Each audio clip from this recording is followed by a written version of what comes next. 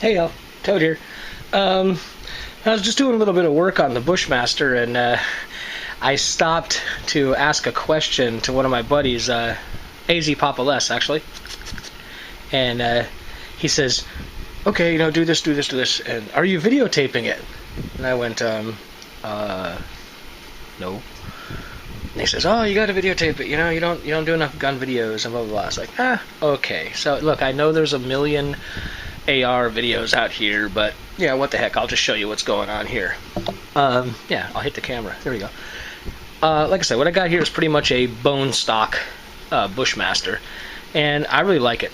I really, really, really like the way it shoots, but the handle just makes mounting any kind of optics just real difficult. It messes up my anchor point when I shoot this rifle, and that's important for me to be able to handle the rifle the same way every time, bring it up to shoulder the same way, cheek rest the same way. Consistency is a big deal for me for shooting, and I found myself having to change dramatically in the way I set up between using the iron sights and using the optic. I used to have I don't have it here. Actually, maybe I do. Yeah. I had this little Picatinny rail mounted up here, and then had the optics up there, and of course it raised the optic way up. Kick, didn't work. So what I did is I was at the gun show, and I picked up a Spikes Tactical upper, and I got this really cheap, some $100. Very, very happy with it. And this is going to allow me to, bring that whole optical picture down into a more comfortable place on the rifle. And I'll also be putting on the Magpul flip-up rear sight. And I know a lot of people like the metal ones, but the only difference I could see, I did some research, and it really came down to the heat. I mean, if I was putting a flip-up front sight on, which I'm not, I'm going to keep that. Yeah, I'd probably put a metal one here, but the heat up here, there's just less of it. It's not. I really don't think it's going to be a problem going with the polymer sight. I'll shoot it a bunch and then let you know if I'm wrong. But I don't rock and roll this carbine at all. I shoot it, but I don't do multiple mag dumps and all that stuff, so it doesn't get that hot to start with. But anyway, so obviously I've got to remove the barrel and all that, so I'm going to take this out into the shop and get it set up, and I'll show you as I take it apart. Okay, well, you can see all I did was just take a hammer and a punch and punch the two pins out that were holding the front sight tower, the A-frame, whatever you want to call it, in place, and pulled it forward so the gas tube could come out, and I can get at the barrel nut there. So now I got to get it in the vise, and we'll just take the barrel off. Okay, well, there it is in the vise, and I wish I could have got this on video, but I couldn't do it all at once. When I put the wrench on here and tried to turn it, I've got one of these, multi-use wrenches. I was doing it inside my other shop in my wood vise, and I actually lifted the countertop. I know I could have been pushing down, but I wanted to see how hard it was to take it off, and I actually had to abandon that vise because there's not enough room on this side to really get any torque on it the way it's set up. Brought it out here into the big vise. It's attached to this table, and you can see probably right here there's piles of lead. There is lead all. I mean, this table here probably weighs about half a ton with all the stuff that's got on it. I ended up having to put a freaking 2-foot cheater bar on this tool to bust this loose. Now, I thought these things were only supposed to be like, I don't know, maximum like 80 pounds, but I can tell you right now that was on there, and when it came loose with a screech. So let's just go ahead and get the bolt off, get the nut off.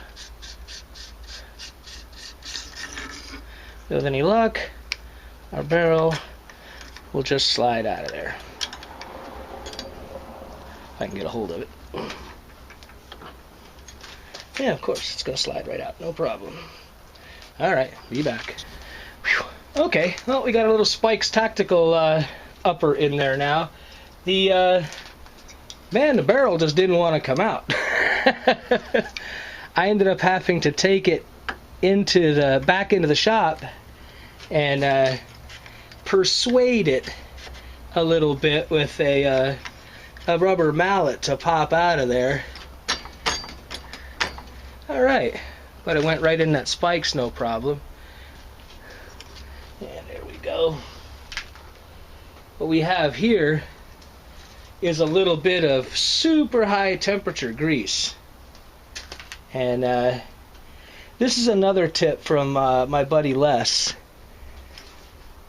Yeah, just so you know, I haven't the foggiest bloody idea what I'm doing here. This is my first barrel change on an AR.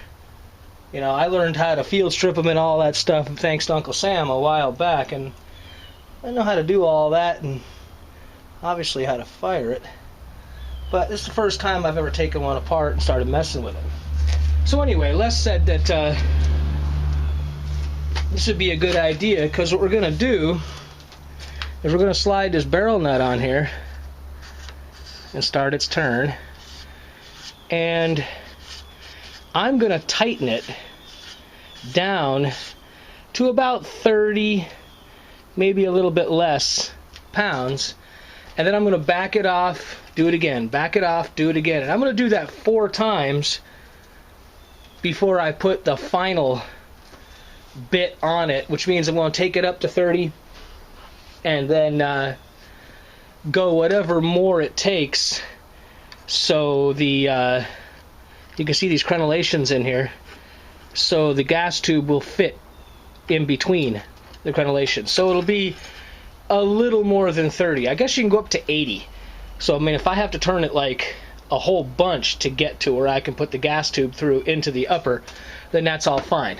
But I got to get in close to do all this, so I'll be back once I get that part done.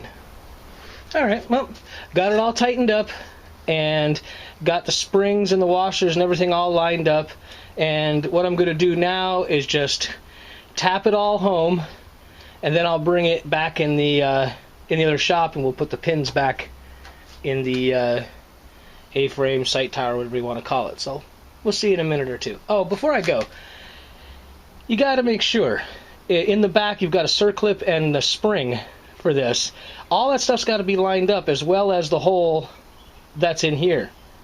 So everything's got to be kind of lined up. So if you're doing this for your first time too, it really pays. Take your time and get this all straightened out. All right, well, I'll see you back in the other shop. Okay, well, the pins are all back in. It's all lined up. Everything's nice and straight. And getting ready to go take it in the other room and put it back together again. And I just want to take a minute to not only thank AZ Papa Les, who's stuff will be down there as usual, but I also want to thank Buckrun 11. First of all, it is Buckrun 11. Okay, yeah, okay. He was the one who let me borrow the vice tools. I am not the kind of person who's going to build a bunch of ARs. In fact, I'll probably never take this one apart again unless something breaks. The only plans I have for it are to replace some of the furniture. So, not having to go out and purchase. This is a great tool, by the way. If I can, I think this one came from, heck, I don't know. I'll ask. But, you go looking for one, you'll see it comes in these 2 pieces. And I think it also comes with the block that you can put in the lower receiver for working on that. You see one of these, I can tell you they work. This is really cool. I'm not seeing a, let's see, manufacturers. No, I don't see a manufacturer on it, but hey, if you're into ARs, you'll go look, and I can tell you at least this style works pretty cool for somebody who's very new at it. So thanks Buckrun 11 a lot for letting me borrow this to do this real quick, and I'll be getting it back to you as soon as I can. All right, y'all, let's go in the other room and let's put this thing together. Okay, well, let's see. There you go. She's all put back together again. And you know, like I said, I'm not a huge big AR modification guy, and but there are some things I'd like to do to try and make it a better rifle for me.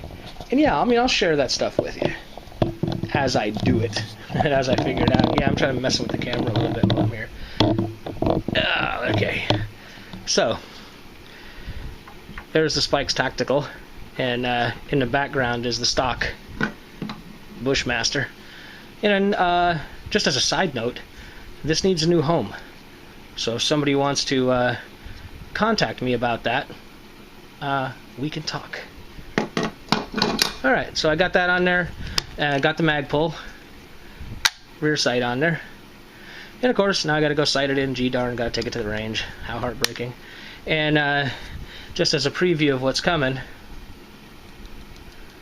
got the light mount on there. And just some of the other things. There's a sling mount that's gonna go on. Show you all that. I'll review that light. I'm looking for an AB Arms 4-stock.